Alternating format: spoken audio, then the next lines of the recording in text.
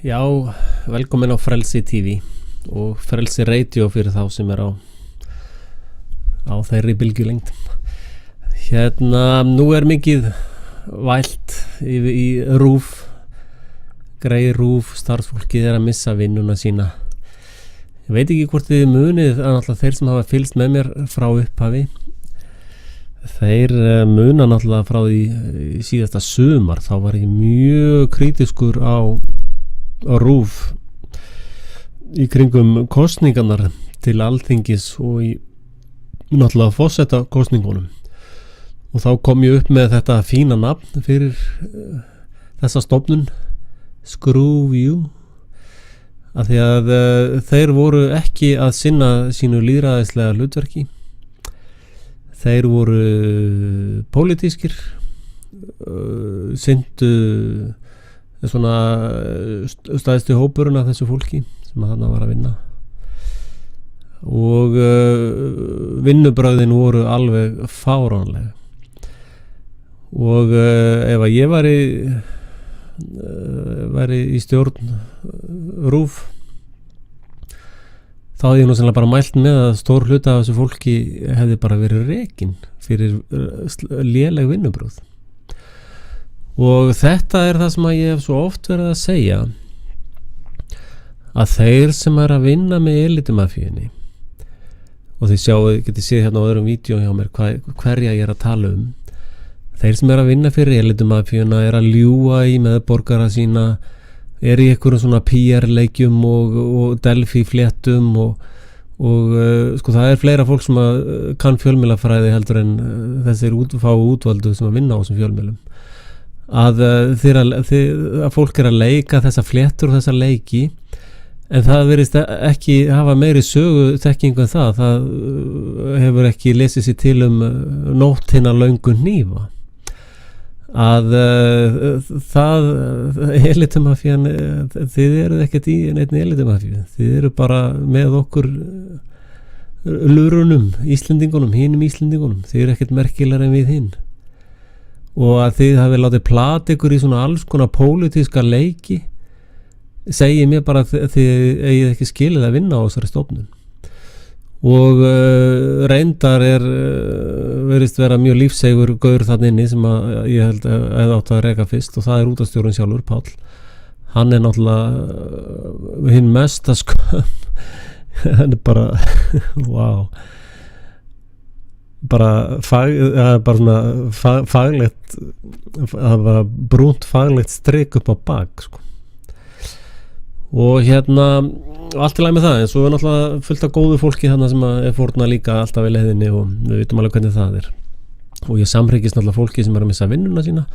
Þetta allt saman fólk, og eins og ég segi alltaf við lokin á hverju myndbandi þetta snýst ekkert persónur og leikendur, þetta snýst þetta andavald sem að leggja allt saman í rúst í heiminum, og ég vona bara sem flestir finni sér góða vinnu og verði hamingju sem í lífinu. Svona kollnísar reyndar ofti góðs fyrir fólk, og ykkur velkomið að horfa á Frelsi TV ef þið hafið meiri tíma núna. En annað í sambandi við Ríkisútvarpið, við munum nú þvílík barátta var í gangi við að aðskilja ríki og kirkju, og þetta nú eitt sem að þessir agentarinn á RÚV hafa heldur betur tekið þátt í, að aðskilja ríki og kirkju, og akkur fá ekki önnur trúfélag sóknargjöld, akkur fá og allt þetta, sko. En akkur fjölmiðill eins og ég bara hér og nú, akkur fæ ég ekki afnotagjöld í gegnum ríkið eins og Ríkisútvarpið? Er ég ekki bara eins og sjálfstætt trúfélag og ég ekki rétt á peningum eins og þeir? Ég að þjóna Íslendingum með alls konar fréttagreiningum og dæmi, og oft ég nú á undan þessum risaðalum, og oft ég að fjalla málefni sem að þeir ekki einu sinni snerta, og þeir virðast vera stýrast miklu meira af einhverjum svona hagsmunum, og RÚV mjög sekt það líka þeir, og hugmyndin með RÚV var náttúrulega þetta væri ríkisstofnun sem væri sjálfstæð, og að starfsmenn væru þar með fasta vinnu og var ekki svona háður einhverjum forstjórun sem að myndi rekað á hægri vinstri, og þessna gætu þau unnið svona sjálfstæða fréttamennsku, en þetta fólk hefur bara brugðist, það hefur brugðist þjóðinni og það hefur brugðist sjálfum sér. Það hefur ekki verið neinn fréttamennska og þetta er bara rugl, þetta er bara eins og að horfa á Fox News og við vitum alltaf hvað það er í gangi, eða einhverja þessum Murdoch fjölmiðlum sem er allir að japla sömu tugguna á mörgum rásum. Þannig að kannski þeir geti bara sjálfum sér kennt svolítið, og þetta starfslið á RÚV hélt í hendina á þeim sem að settu Ísland á hausinn alla leið, studdu það af heilum hug. Þannig að ég held að þetta sé bara hið besta mál að mörgu leyti, en ég náttúrulega vill ítraka það, ég samhryggist fólki sem tapar vinnunni sinni, það er ekki gott fyrir nokkurn mann. En það er annað sem að ég vil nefna, að það er náttúrulega óþolandi síðan að svona ríkisstofnun eins og RÚV sé í eitthvað svona pólitískum pendul, sko. Við sjáum það alveg að núna verða allir þess að vinstri hendin á elindumafíunni, þetta er bara eitt afl, áttið ykkur á því, þótt að það sé með 2 hendur, sko. Og þessar mafíur er alltaf, já, ég er að slást, en ég er bara ein manneskja, sko. Þannig að elindumafían er alltaf með eitthvað svona leiksýningu og er að berja saman hnefun og segja, já, ég er slást, þetta er pólitísk barátta, og starfsfólki á RÚV hefur alveg tekið þátt í þessum dansi. En það er alveg óþolandi náttúrulega, núna sveiflast þetta bara yfir í hægri, nú er bara hreinsað út allt þetta vinstri fólk, það er bara marserið út þarna hurðin, og síðan og afsökun náttúrulega fjárskortur eða eitthvað slíkt, sko, við veitum það er alltaf til peningar,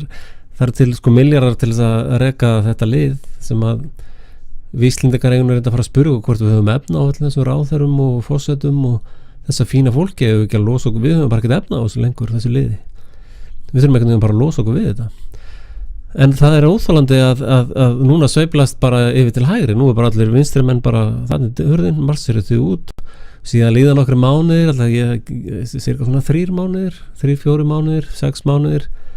þá marsera bara hægri lið allt saman inn, frægir gamlir frægir hægri fjölmiðla kallar fara að mæta upp á dekk. Og þannig að þetta er náttúrulega eitt af öllum sem ég hef aldrei, mér har aldrei verið boðið á RÚV, ég var mjög aktífur í hagsmunasamtökum heimilana og öllu því, þeir buðu mér aldrei viðtal, Egill Helgason alveg sniðgekk mig kerfisbundið og og þetta fólk á margt af þessu fólki, ég náttúrulega get ekki dæmt alla, ég þekki ekki alla, en stór þorri af þessu fólki á ekkert skilað að vinna hana, og stór hluti af fólki sem verður marsaðar inn aftur núna á ekkert heldur skilað að vinna hana. Það þarf svolítið bara að endurskoða allt saman, og eins og ef þið horfðu á fleiri vídeo hjá mér, þá er ég með hugmyndur um kosningarnar og hvernig á að breyta þjóðfélaginu í alvörunni. Og við getum ekki sko sambúðin mun alltaf bara, sambúðin á Íslandi mun alltaf bara vestna.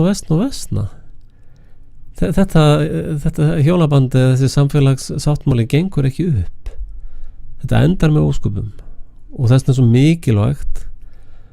að við tökum bara ábyrgð á því sem við höfum gert ránt eða hvernig það er, og fyrir bara að biðja hvort annað fyrirgefningar og bara segja, já, veist, ég er bara kontrollfrík og ég bara var með í þessu dæmi að eyðileggja þjóðina, og bara fyrirgefið og bara byrjum bara á stöðun eins og hún er. Og ef að þetta elitumafíu lið heldur að það komist upp með þetta allt saman gagnvart þjóðinni sinni, þá eru réttlæti þjóða hefur langt minni, þjóðir hafa langt minni. En ítreka það að þetta snýst ekkert menna að holda blóði, þetta snýst andaveru óskunar, og margir af þeim sem hafa verið látnir fara núna á RÚV því miður hafa dottið í andaveru óskunar, eða orðið svona tekið þátt í því dæmi öllu. En takk fyrir og bless og velkomin aftur á Frelsi.